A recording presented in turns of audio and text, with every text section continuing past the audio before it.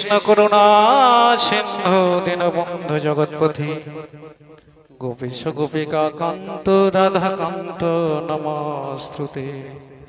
তারিত কাঞ্চন গৌরাঙ্গী রাধে বৃন্দাবনেশ্বরী বিশ্বভানুসুতে দেবী প্রণমামি হরিপ্রিয়ে।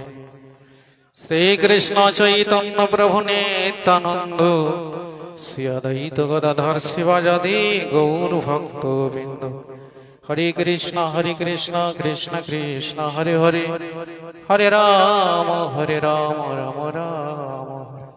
সবাই মিলে হাত তুলে বলো হরে কৃষ্ণ কৃষ্ণ কৃষ্ণ হরে হরে, হরে রাম রাম রাম হরে। সর্বক্রিয়া স্মৃতিল গুরুপাদ পদ্ম, যাহার কৃপা হলে এই জগতের করুণা হয়। নিত্য নীলা প্রবিষ্ট বিষ্ণুপাদ অষ্টতর সত্যশ্রীল ভক্তি বেদান্ত পরিজট গোস্বামী গুরু মহারাজের চরণ কমলে ষষ্ঠাঙ্গে দণ্ডবৎ। তৎপশ্চাৎ নিত্য নীলা প্রবিষ্ট অঙ্গ বিষ্ণুপাদ শ্রী ভক্তি বেদান্ত বামন গোস্বামী মহারাজের চরণ কমলে ষষ্ঠাঙ্গে দণ্ডবৎ। গুরুবর্গ অনন্ত কোটি বৈষ্ণববৃন্দের চরণ কমলে ষষ্ঠাঙ্গে দণ্ডবৎ। নিতাই গৌর প্রেমানন্দে হরে হরে।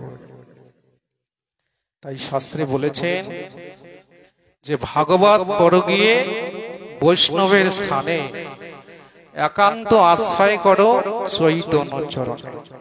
ভাগবত কোথায় করতে বললেন? যেখানে সাধুগুরু বৈষ্ণবের আগমন হয়। তা যেখানে সাধুগুরু বৈষ্ণবের আগমন হয় সেটাই বৃন্দাবন হয়, নতুন বৃন্দাবন। কেন? ভগবান বলেছেন যেখানে আমার ভক্ত থাকে, যেখানে তুলসী কানন, যেখানে ভাগবত থাকে, সেইখানে আমি বিশ্রাম করি। কারণ আমার ভক্ত যেখানে আমার গুণকীর্তন করে। আমি গোলক বৈকুণ্ঠে থাকি না, আমি যোগীর হৃদয়ে থাকি না। মত ভক্ত তত্র গায়ন্তি, মানে আমার ভক্ত যেখানে আমার গুণকীর্তন করে সেখানে আমি বিশ্রাম করি। তাহলে এই যে আজকে জগন্নাথের মাসির বাড়িতে 9 দিন ধরে জগন্নাথের মহোৎসব হবে, ভোগারতি কীর্তন মঙ্গল আরতি, ভক্তরা আনন্দের সহিত মহোৎসব করবে। তাহলে এই 9 দিন থাকার পর আবার জগন্নাথ রথ চড়ে নিজের ঘরে চলে যাবে। নিতাই গৌর প্রেমানন্দে হরে হরে। তা আমার কি ঘরে যেতে হবে না? আমরাও তো এসেছি এই ভবে, কিন্তু আমরা যাওয়ার কথা চিন্তা করি না। আর জগন্নাথ 9 দিন থাকবে, তার আগতে সিদ্ধান্ত হয়েছে 9 দিনের পর আমি থাকবো না, এরপরে আমার মন্দিরে যেতে হবে। কারণ এটা কথা দেওয়া ছিল।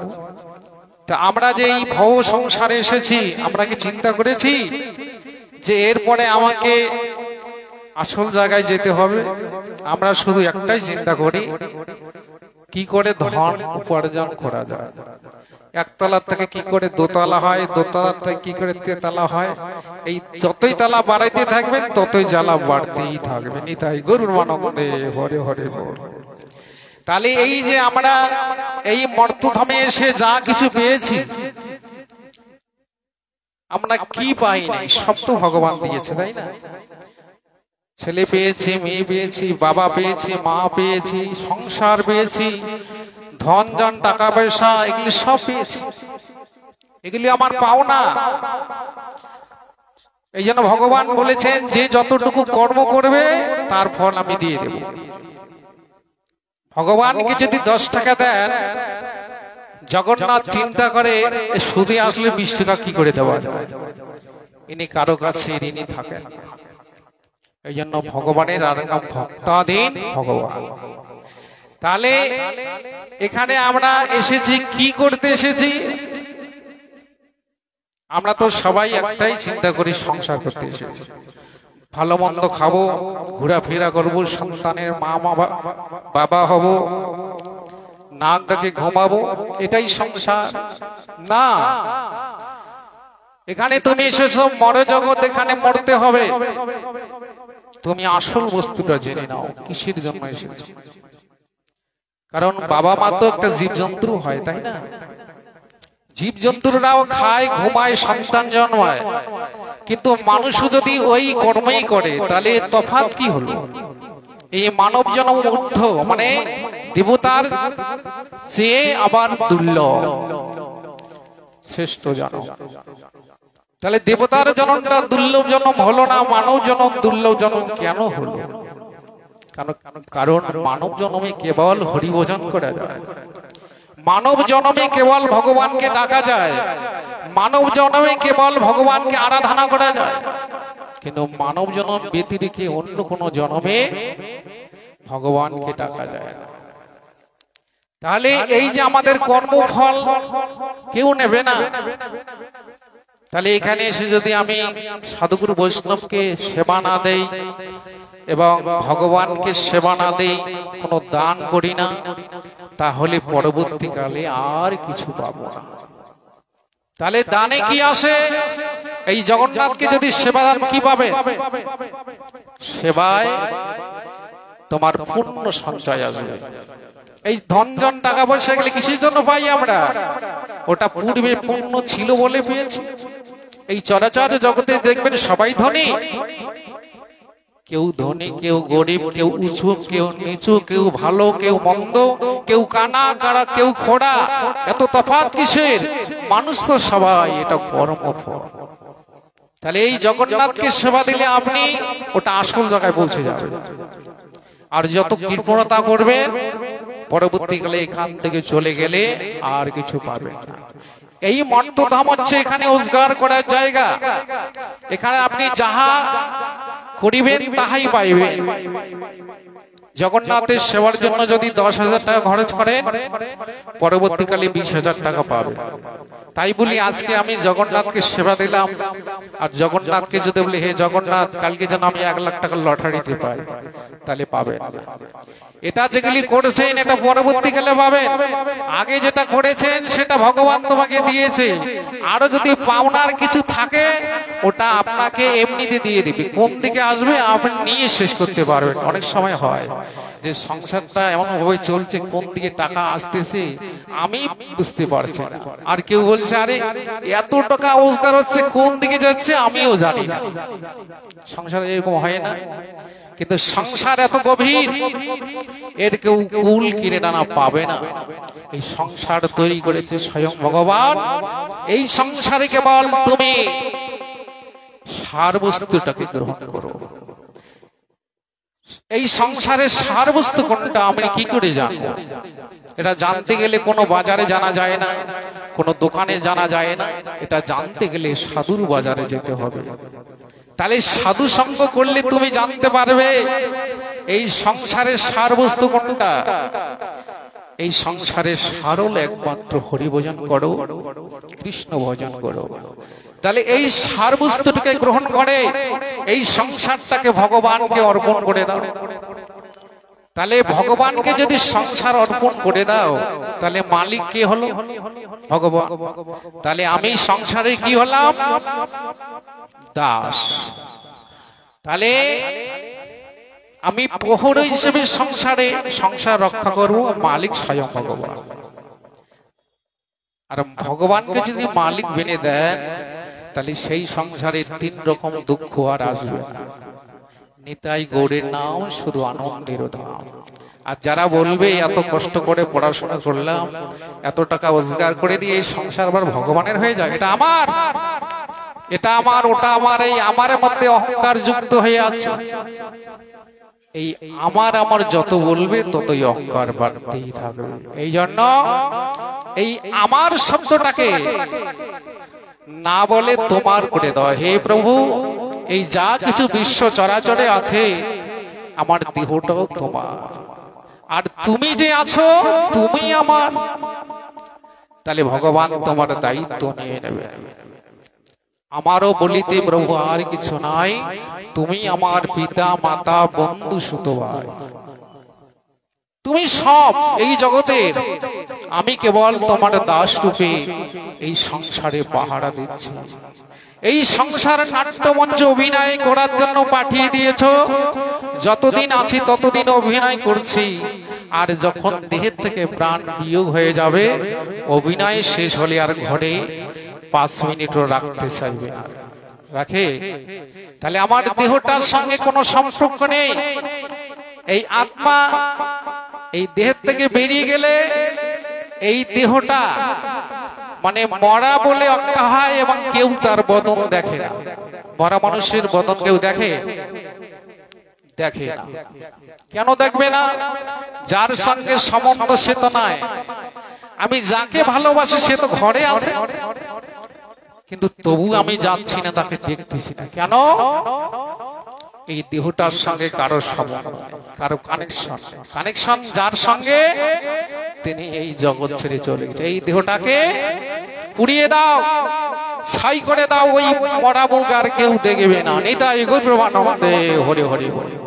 এই জন্য যা কিছু এই সংসারে করবেন ভগবানের জন্য করবেন। আমার বলতে কি আছে? আমি যখন মাতৃগর্ভের থেকে জন্ম নিয়েছিলাম, আমি নিজে আসতে পারিনি, একজন না একজন জন্ম দিয়েছে, পিতা মাতা। আবার যখন আমি পড়াশোনা করি, তখন একজনে আমাকে পড়াশোনা করিয়ে দিয়েছে, তাই না? আবার যখন আমি চলে যাব, নিজে যেতে পারবো না, অন্যের কাঁধে করে শ্মশানে চলে যাব। তো এই জন্য অহংকার মানুষের জীবনের পতনের মূল। অহংকার করেছিল রাবণ, তিনি কি এই জগতে ছিল? এই জন্য ভগবান যুগে যুগে আসেন, অসুরকে তিনি বধ করেন আর ভক্তকে তিনি পালন করেন। ভক্ত ছিলেন যে প্রহ্লাদ, তাকে তিনি রক্ষা করেছিলেন, নরসিংহ রূপ ধারণ করে হিরণ্যকশিপুরকে বধ করেছিলেন। হিরণ্যকশিপুর হিরণ্যক্ষ 2 ভাই। এই যে আমাদের এই জন্য শাস্ত্রে বলেছেন যে শাস্ত্র অনুযায়ী যদি কেউ চলে, তাহলে তার সংসার সুখের হবে। হিরণ্যক্ষ হিরণ্যকশিপুর এরা 2 ভাই কেন অসুর হলো? এদের জন্মটা হয়েছে সন্ধ্যাকালে, আর মৃত্যুটা হলো এই সন্ধ্যা, মানে গোধূলি লগ্ন। হিরণ্যকশিপুর সাধারণ নয়, তারা তপস্যা করে বর প্রাপ্ত পেয়েছিল ব্রহ্মার কাছে। ব্রহ্মা তাকে বর দিয়েছিলেন, হিরণ্যকশিপুর তুমি যে এত তপস্যা করলে, আমি তপস্যায় সন্তুষ্ট হয়েছি, বলে তুমি কি বর চাও? তখন হিরণ্যকশিপু বলেছিলেন, হে প্রভু, আপনি যদি সন্তুষ্ট হয়েছেন, আমাকে এই বর দাও, আমার যেন কখনো মৃত্যু হয় না, আমি যদি অমর্ত্য হয়ে যাই। ব্রহ্মা বলছে, না, এটা আমার কাছে না, তুমি অন্য কিছু চাও বাবা, আমি ওটা দিতে পারবো না। দ্বিতীয়বার তৃতীয়বার যখন একই কথা বলছে, তখন ব্রহ্মা বললেন, তথাস্তু, যাও, তুমি যেটা চাইলে আমি সেটাই দেব। আমি দিনে মরবো না, রাত্রি মরবো না, তথাস্তু। অস্ত্রে মরবো না, বজ্রে মরবো না, তথাস্তু। তারপর এই যে আমরা, তোমার সৃষ্টি জীব আমাকে মারতে পারবে না, ব্রহ্মা বলছে তথাস্তু। তারপর কি 12 মাসের মধ্যে আমার মৃত্যু নাই, ব্রহ্মা বলছে তথাস্তু। তখন হিরণ্যকশিপুর অট্টহাস্য করে হাসতেছে, আমি তো এটাই চেয়েছিলাম, দেবতাদের মাথায় কোনো বুদ্ধি নেই, আরে এই তো আমি অমর্ত্য হয়ে গেলাম। কিন্তু ব্রহ্মা যে একটা বর দিয়েছেন, একটা ফুটো দিয়েছে, এই ফুটো দিয়ে তার মৃত্যু হবে। লক্ষিন্দারকে লোহার বাসর ঘর বানিয়েছিল, তার মৃত্যু হয়নি। লোহার বাসর ঘর থেকেও তার ফুটো দিয়ে তার মৃত্যু হয়ে গেল। তা ব্রহ্মা যে বরটা দিয়েছেন, একটা ফুটো রেখে দিয়েছেন, তার মৃত্যুটা কখন হলো? 12 মাসের যদি মৃত্যু না হয়, মাসে তো 12টা। হিরণ্যকশিপুর ওইটাই ভাবছে, আরে মাসে তো 12টা, আমার 12 মাসের মধ্যে যদি মৃত্যু নাই, তাহলে আমার মৃত্যু তো হবে না। কিন্তু মৃত্যু কখন হলো? এই যে আমাদের যেটাকে বলে মল মাস সাধারণ লোক বলে, আর বৈষ্ণবরা বলে পুরুষোত্তম মাস। এই হিরণ্যকশিপুকে এই মল মাসে তাকে বধ করেছিল। ওটা কোন মাসের মধ্যে পড়ে না।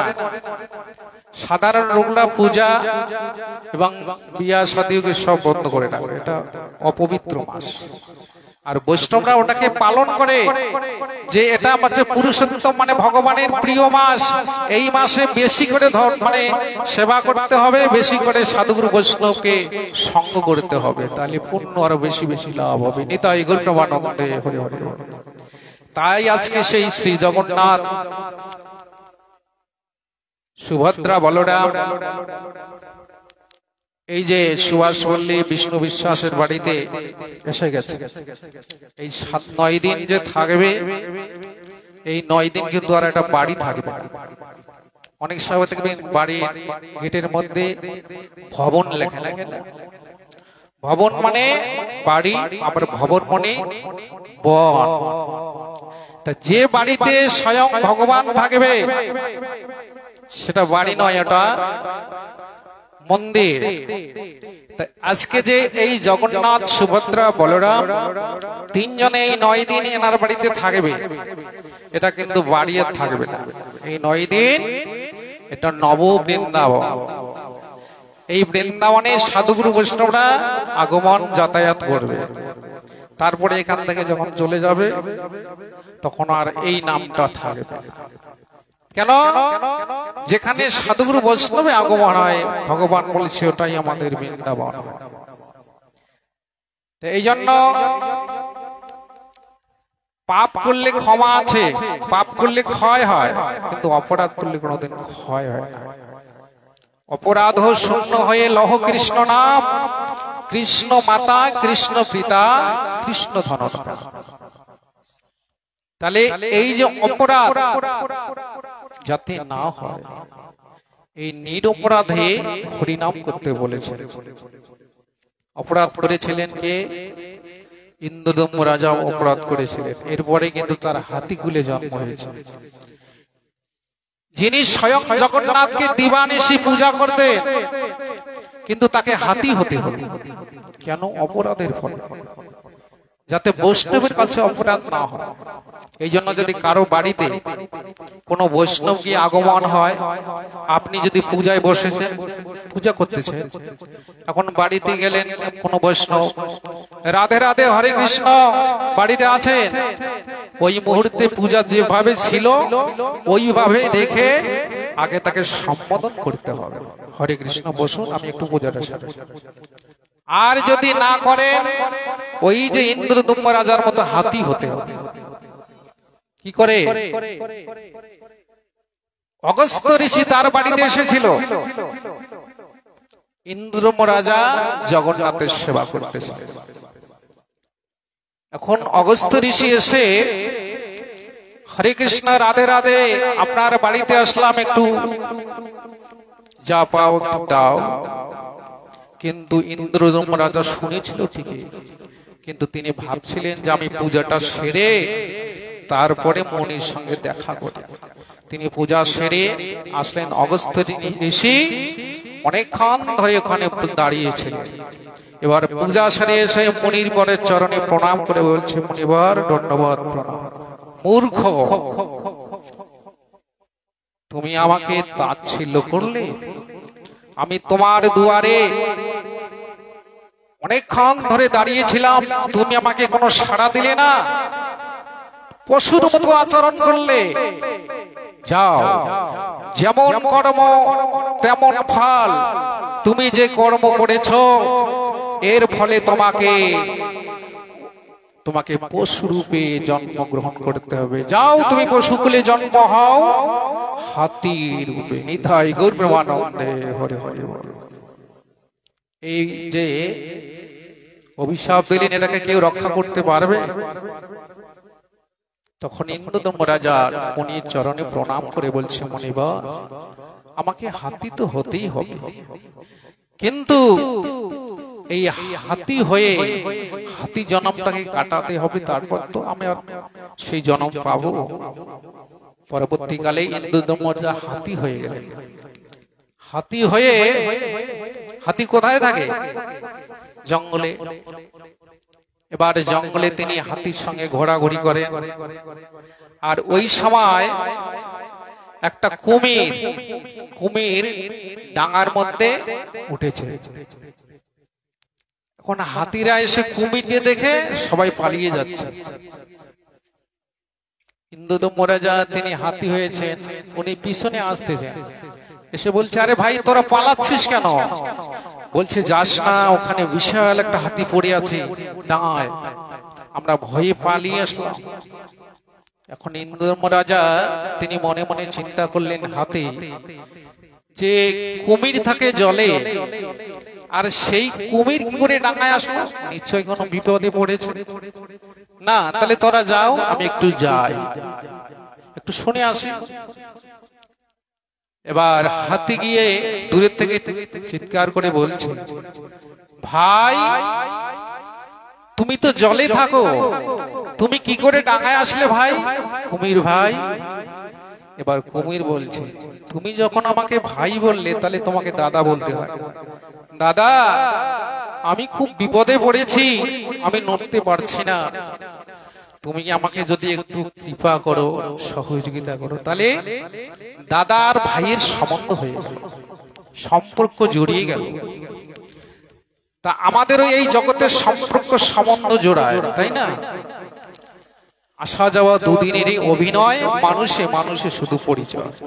এই যে আমি শীতলকুচি থেকে আসছি, এখানে বারবার আসি ফালাকাটায়, কম বেশি ফালাকাটা মায়েরা আমাকে চেনে, তাই না? তাহলে আসা যাওয়া করতে করতে পরিচয় হয়ে যায়।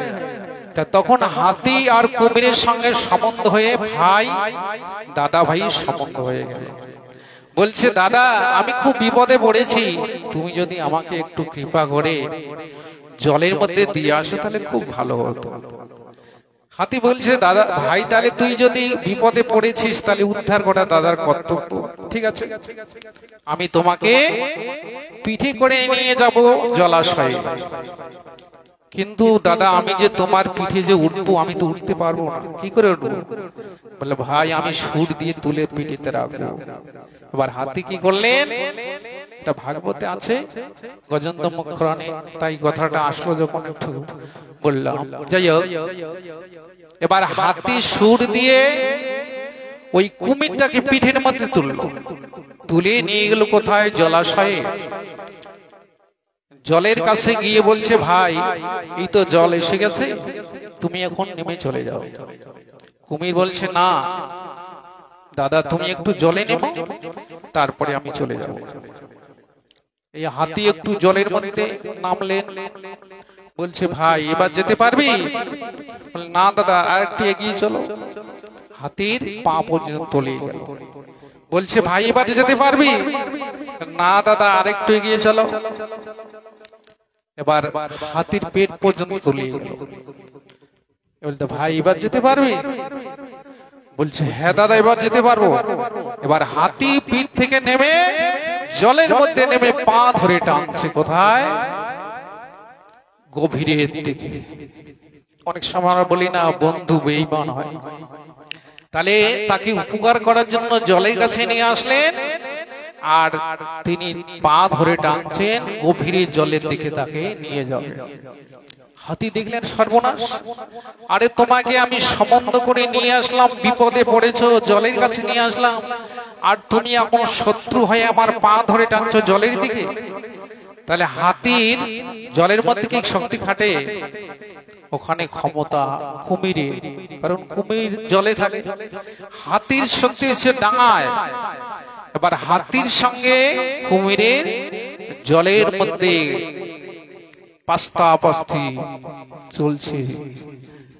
ভাগবতে আছে, বহু বছর তার যুদ্ধ হয়েছিল ওই জলাশয়ে, কিন্তু হাতি টানছে ডাঙ্গায় আর কুমির টানছে গভীর জলের দিকে, কিন্তু কেউ কমা নয়।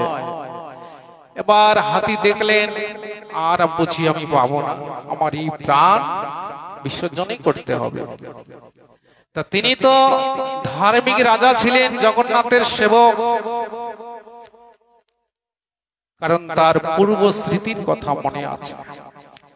তখন তিনি মনে মনে সিদ্ধান্ত করলেন, এই প্রাণ যখন চলেই যাবে, এই প্রাণ চলে যাওয়ার আগে আগে আমি একটু জগন্নাথকে স্মরণ করে সরোবর থেকে একটা পদ্মফুল তুলে তার চরণে নিবেদন করে প্রাণ ত্যাগ করব। নিতাই গৌর প্রেমানন্দে হরি হরি হরি। হাতি কি করলেন, ওই সরোবরে সুর দিয়ে একটা পদ্মফুল তুলে স্বয়ং জগন্নাথের কাছে প্রার্থনা করছে। তার তো মন্ত্র জানা আছে, হে কৃষ্ণ করুণা সিন্ধু দীনবন্ধু জগৎ পথে গোপীশ গোপিকা কান্ত রাধা কান্ত নমস্তুতে। যেই এই মন্ত্র বলে ভগবানের চরণে ফুল দিলেন, ভগবান আর থাকতে পারলেন না। লক্ষ্মী দেবী বলছে, হে প্রভু, আপনার ভক্ত বিপদে পড়েছে, আপনি এখনো যাচ্ছেন না, চুপচাপ বসে আছে। তখন নারায়ণ বলছে, আরে যাবো, ভগবান আমাকে তো ডাকছে, আমার তো যেতেই হবে। ভগবান আসতেছে ভক্তকে উদ্ধার করতে, বিপদে পড়েছে। এবং স্বয়ং লক্ষ্মী বলছে, প্রভু আচ্ছা তুমি যাচ্ছ, আমাকে সঙ্গে নিয়ে যাবে না? তখন নারায়ণ বলছে, তুমি যখন যাবে তা চলো একসঙ্গে দুইজনে যাই।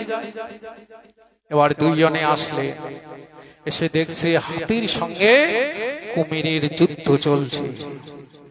তখন ভগবান সুদর্শন চক্র দিয়ে ওই কুমিরের মাথাটা কেটে দিলেন, হাতি বেঁচে গেলেন। নিতাই গৌর প্রেমানন্দে হরি হরি হরি। এবার কুমিরকে যখন মেরে ফেললেন, কুমিরের আত্মাটা বেরিয়ে স্বর্গের দিকে আরোহণ করছে।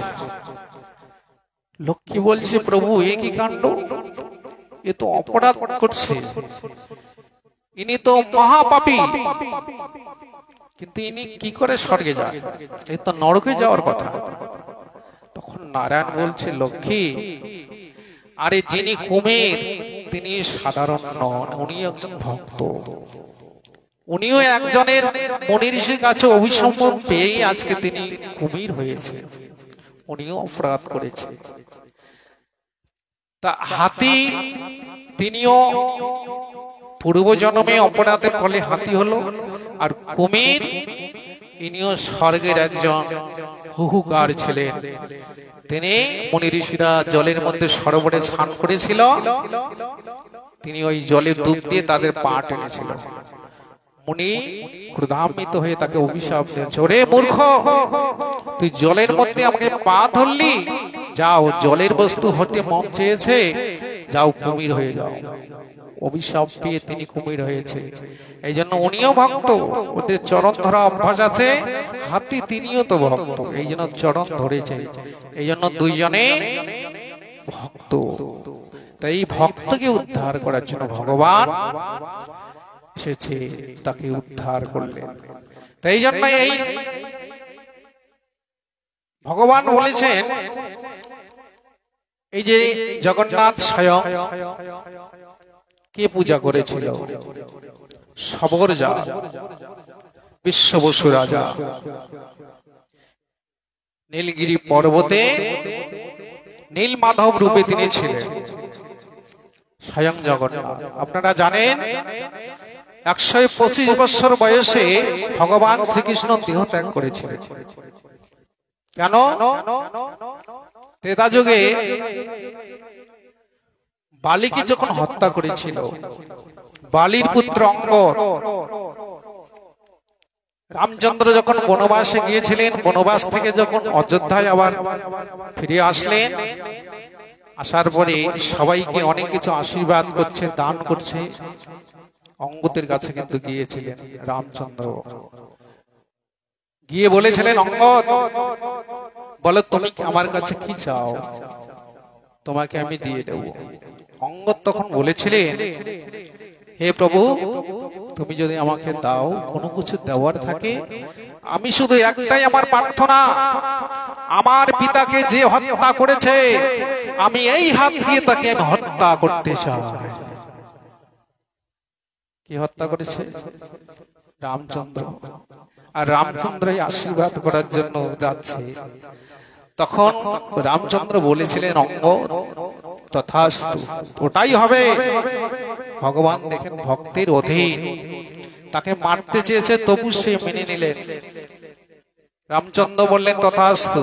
অঙ্গদ, এ যুগে নয়, দাপর যুগে আগত আমি হব ভগবান শ্রীকৃষ্ণ, তুমি হবে জরাব্যাধ, আর তোমার ব্যাধির আঘাতে আমার মৃত্যু হয়ে যাবে। নিতাই গৌর প্রেমানন্দে হরে হরে হরে। তাই দাপর যুগে ভগবান শ্রীকৃষ্ণ গাছের মধ্যে ছিলেন, আর অঙ্গদ ব্যাধ হয়েছে। ব্যাধের কাজ কি? পাখি মারা। আর পাখি মনে করে তীর মেরেছিল, আর পাখি নয়, স্বয়ং ভগবানের পায়ে তীর লেগে ভগবান দেহ ত্যাগ করলেন।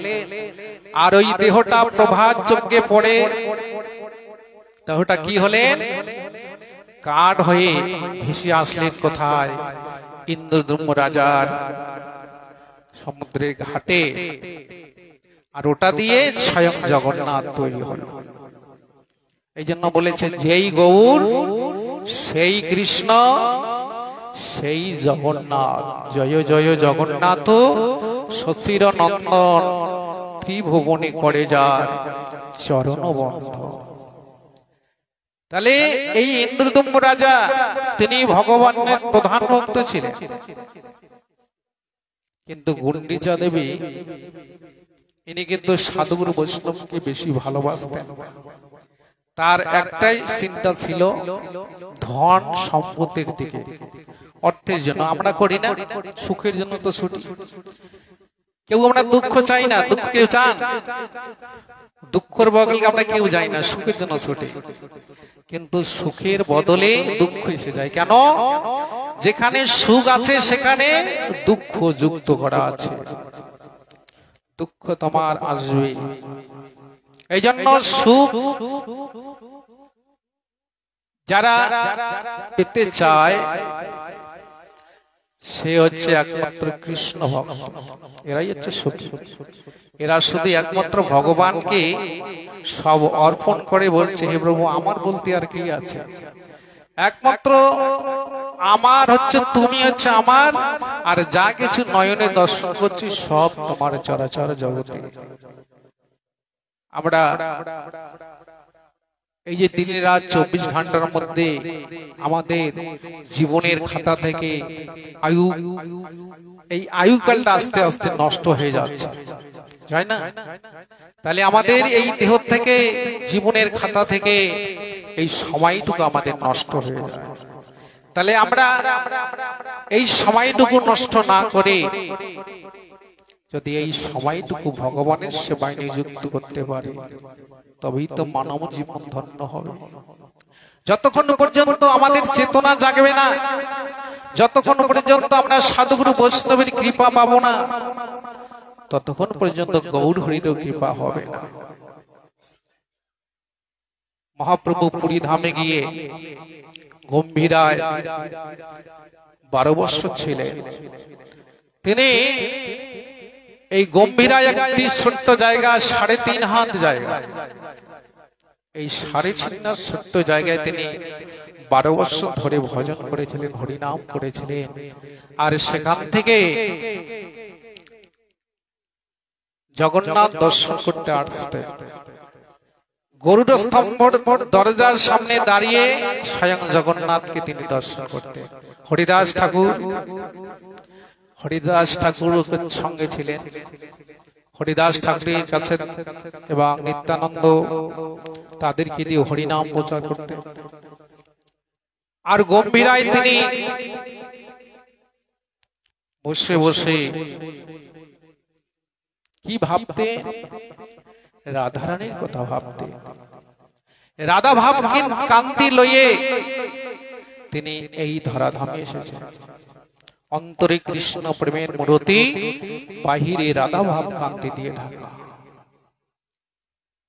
তাই একদিন এই ভাবতে ভাবতে সমুদ্রের জলে ঝাঁপ দিয়েছিলেন। আর সমুদ্রে তো জেলে মাছ মারতে যায়, আর মহাপ্রভু ওই জালের মধ্যে আটকে গিয়েছে।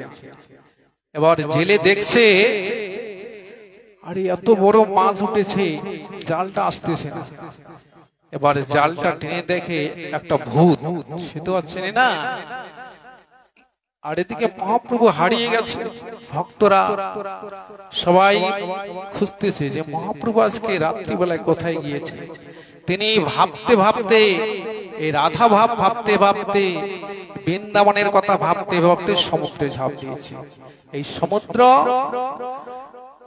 যমুনা মনে করে ঝাঁপ দিয়েছে। তাই জেলের জালে যখন তিনি আবদ্ধ হয়ে গেলেন, অচেতন হয়ে গেছে। আর ওই জেলে চৈতন্য মহাপ্রভুকে দেখে বলছে, আরে বাবা ভূত আমার জালে উঠেছে। ওই জাল ছেড়ে দিয়ে পালিয়ে যাচ্ছে আর বলছে, ওরে বাবা ভূত। ও বলছে, আরে সর্বনাশ, আমার জালে ভূত উঠেছে। আমি জানি একমাত্র ভূত ছড়িয়ে যায় কি নৃসিংহদেবকে যদি স্মরণ করা যায়। এই নরসিংহদেবকে যদি স্মরণ করি তাহলে ভূত ছড়িয়ে যায়, পালিয়ে যায়। জয় নরসিংহদেব, জয় নরসিংহদেব। আর যত জয় নরসিংহদেব, জয় নরসিংহদেব বলছে, ভূত আবার ওকে আর বেশি কি ধরেছে। এবার পুরী ধামের ভক্তরা যখন ছুটতে ছুটতে আসতেছে, জয় নৃসিংহদেব, জয় নৃসিংহদেব বলছে, আরে তুই নৃসিংহদেব নৃসিংহদেব করে বলছিস কেন? বলছে, ওরে বাবা, আমার জালের মধ্যে একটা বিশাল ভূত উঠেছে, এই জন্য আমি এই নৃসিংহকে ডাকতেছি, আমার ভূত যেন সরিয়ে যায়। কোথায় কোথায়? এবার ভক্তরা ছুটে গিয়ে দেখে চৈতন্য মহাপ্রভু জালের মধ্যে লিপ্ত হয়ে আছে। এবার জাল সরিয়ে মহাপ্রভুকে বের করে সকল ভক্তরা এই হরিনাম সংকীর্তন করতে লাগলেন। মহাপ্রভু এই হরিনাম শ্রবণ করতে করতে কিছুক্ষণের মধ্যে তার জ্ঞান ফিরে আসলো। তাই ভক্তরা তখন এই মহাপ্রভুকে নিয়ে গেলেন গম্ভীরায়। এই গম্ভীরায় তিনি অনেক অলৌকিক লীলা করেছেন। কেননা ভগবান তিনি ভক্তির জন্য সবকিছু করতে পারেন। তিনি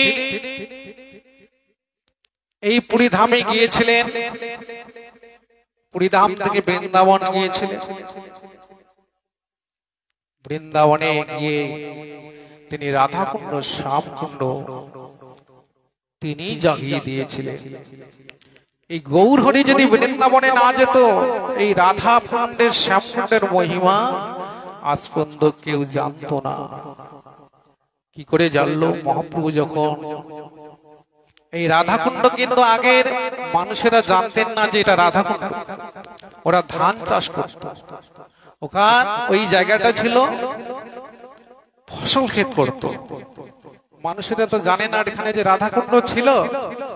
তাই চৈতন্য মহাপ্রভু গিয়ে, একটা ছোট্ট ডোবা ছিল, তিনি ডোবাতে গিয়ে স্নান করেছিলেন। আর ডোবাতে স্নান করাতে মহাপ্রভুর অঙ্গে বিকার এসে গেল, তার ভাবকান্তি পরিবর্তন হলো এবং অজ্ঞান হয়ে পড়ে গেল। হা কৃষ্ণ, প্রাণ কৃষ্ণ, হা রাধে বলতে বলতে। এবার ভক্তরা যখন আসলেন তখন বললেন, ইহাই হচ্ছে রাধাকুণ্ড, ইহাই হচ্ছে শ্যামকুণ্ড। তখন থেকে রাধাকুণ্ড, শ্যামকুণ্ড উপচার হয়ে গেল। হাজার হাজার ভক্ত এখনো দর্শন করতে যায় বৃন্দাবনে। রাধাকুণ্ড, শ্যামকুণ্ড, গিরি গোবর্ধন, নিতাই গৌর প্রেমানন্দে হরে হরে বল। তাহলে এই গিরি গোবর্ধন গিয়ে পরিক্রমা করতে হয়, তাহলে গিরি গোবর্ধনের স্বয়ং ভগবানের কৃপা পাওয়া যায়। এই জন্য লীলাভূমি আমাদের দর্শন করতে হয়। কেন? আমাদের লীলাভূমি দর্শন করলে আমাদের প্রত্যেকের হৃদয়ে কি আছে? প্রত্যেকের হৃদয়ে একটা করে দর্পণ, আয়না আছে। আয়নাতে দেখলে আমাদের এই মুখের ছবিখানা যেমন আয়নাতে পড়লে দেখা যায়, তা আমরা যখন ভগবানের লীলাভূমি দর্শন করব, আমাদের চিত্রপট আয়নায় আবদ্ধ হয়ে যায়, ওটা আর কোনোদিনও হারাতে পারবে না। আপনি বসে বসেই রাধাকুণ্ড শ্যামকুণ্ড এখান থেকেই দর্শন করতে পারবেন। তাই এই জন্য নীলাভূমি দর্শন করবেন, নয়নে দেখবেন, হৃদয়ে ভাসবে। নয়নে দেখবেন না, হৃদয়েও ভাসবে না। দর্শন করতে হয় ভগবানের শ্রী গোবিন্দ। এই জন্য আমাদের জগন্নাথের ভোগের পর ভোগ দর্শন করতে হয় না? কেন দর্শন করতে হয়? এই শ্রী নয়নে, এই নয়নে শ্রী গোবিন্দ জগন্নাথকে দর্শন করলে নয়নের সার্থকতা হয়। তা এই যে আমাদের শরীরে যতগুলি ইন্দ্রিয় আছে, এগুলি ইন্দ্রিয়, কর্ম ইন্দ্রিয়, জ্ঞান ইন্দ্রিয়, এগুলি আমাদের শরীরকে পরিচালনা করে। হাত যেমন আমাদের সহযোগিতা করে, পা সহযোগিতা করে, চক্ষু, কর্ণ, নাসিকা, জিহ্বা, এই ইন্দ্রিয়গুলি আমাকে দেহটাকে পরিচালনা করে। একটা যদি হাত না থাকে চলতে পারে না, পা না থাকলে চলতে পারে না। তাহলে শাস্ত্রে বলেছেন এই শরীরে যত ইন্দ্রিয় আছে সব ইন্দ্রিয়কে ভগবানের সেবায় নিযুক্ত করে দাও। তাহলে ইন্দ্রিয় যদি কৃষ্ণমুখী হয়ে যায়, দেহ মন প্রাণ যৌবন সব সবাই কৃষ্ণমুখী হয়ে গেলে তখনই তারা সব সময় হানিতাই গৌর বলে ডাকবে। নিতাই গৌরমানন্দে হরি হরি বল। পঞ্চা কল্পতরুশ্চ কৃপা সিন্ধুবে চ পতিতানাং পাবনেভ্যো সর্ব বৈষ্ণবেভ্যো নমঃ।